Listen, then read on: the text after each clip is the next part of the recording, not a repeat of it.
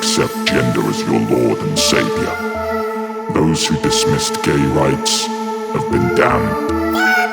The same fate awaits bigots who dismiss trans rights.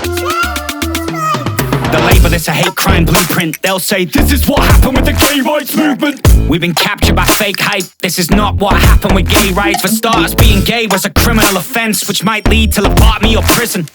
Trans activism finds itself in precisely the opposite position. Yep, backed by the pharmaceutical industry, backed by NGOs and global tech firms, backed by a swathe of clod-brained politicians with their megaphones on social networks, backed by journalists, celebrities and influencers whose commands would prove to be crucial to hoodwink the gullible herds and have them stamp their hooves in approval. Gays face threats to clerical damnation. Trans activism gets corporate sponsorship. Gays sought an end to chemical castration. Trans activists call for the opposite. Yep, they sell it as mythical salvation and actively campaign for chemical castration, for the right to give triptorelin to kids. What's triptorelin? Triptorelin is the gender cleanser, the exact same drug used to chemically castrate sex offenders. What? Yep, inexcusably, they've been giving it to kids to suppress puberty.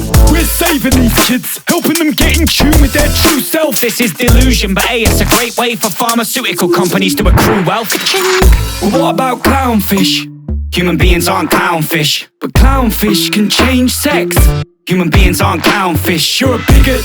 You're clownish in an outfit and that clown wig, an announcement. I know you doubt this, but human beings aren't clownfish. Welcome to the new age of capitalism, where the world will burn in the abyss. A business model based on giving cross-sex hormones and irreversible surgery to kids. What a 30-fold surge in gender clinic referrals, well that creeped up quick. In 2007 there was one gender clinic in America. Today over 300. Now it wouldn't be because a bunch of colourful loons with a couple of screws loose to spread it, would it? Couldn't be because an online cult developed on Tumblr, YouTube and Reddit, could it? And so the clinics are filling their coffers by swindling kids now and giving them blockers. The global sex reassignment market will soon be worth over $1 billion. Identity is now a commodity, to be bought or acquired like a car or a mortgage. The gender industry is big business, with an army of half-wits guarding its fortress, and all the progressives endorse it. They do capital's bidding for it. Yay, the amputation of sex organs. They clap and they cheer and applaud it, encouraging girls to lop off their breasts, to be battered with body-demolishing meds, to jack up on testosterone as if this would transform them into the opposite sex. Impossible. Still it's backed by a magic medicine lobby enveloped in folly. To actually change sex, you'd have to reprogram every cell in the body. Well, what about clownfish? Human beings aren't clownfish. But clownfish can change sex. Human beings aren't clownfish. You're a bigot.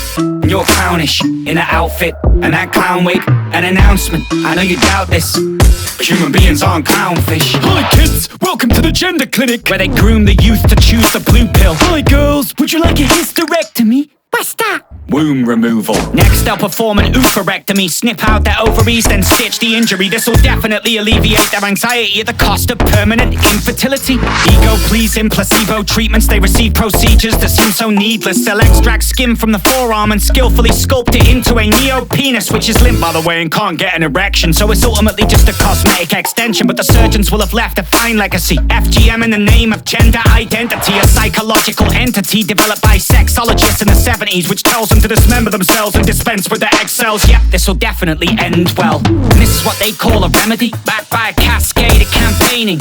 Hi boys, would you like an orchiectomy?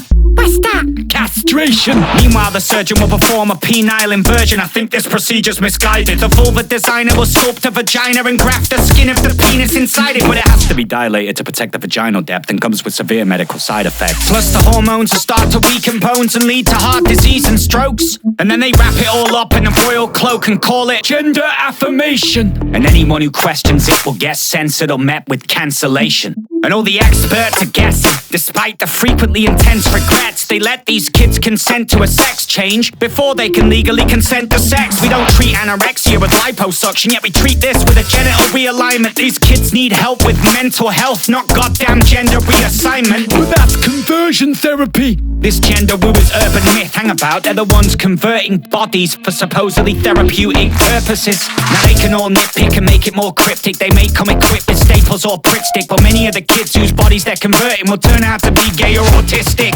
Why can't you just live and let live? That's a common phrase I hear. Just let the dysphoric kids snip off their bits.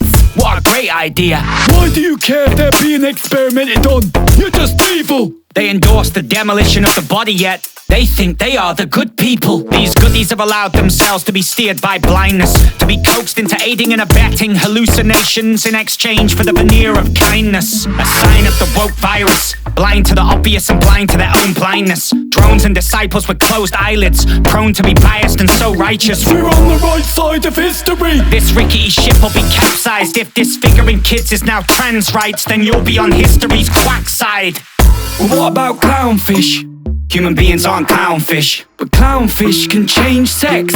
Human beings aren't clownfish. You're a bigot and you're clownish in an outfit and that clown wig. An announcement, I know you doubt this, but human beings aren't clownfish. But bro, there are fungi with literally hundreds of sexes. What about fungi?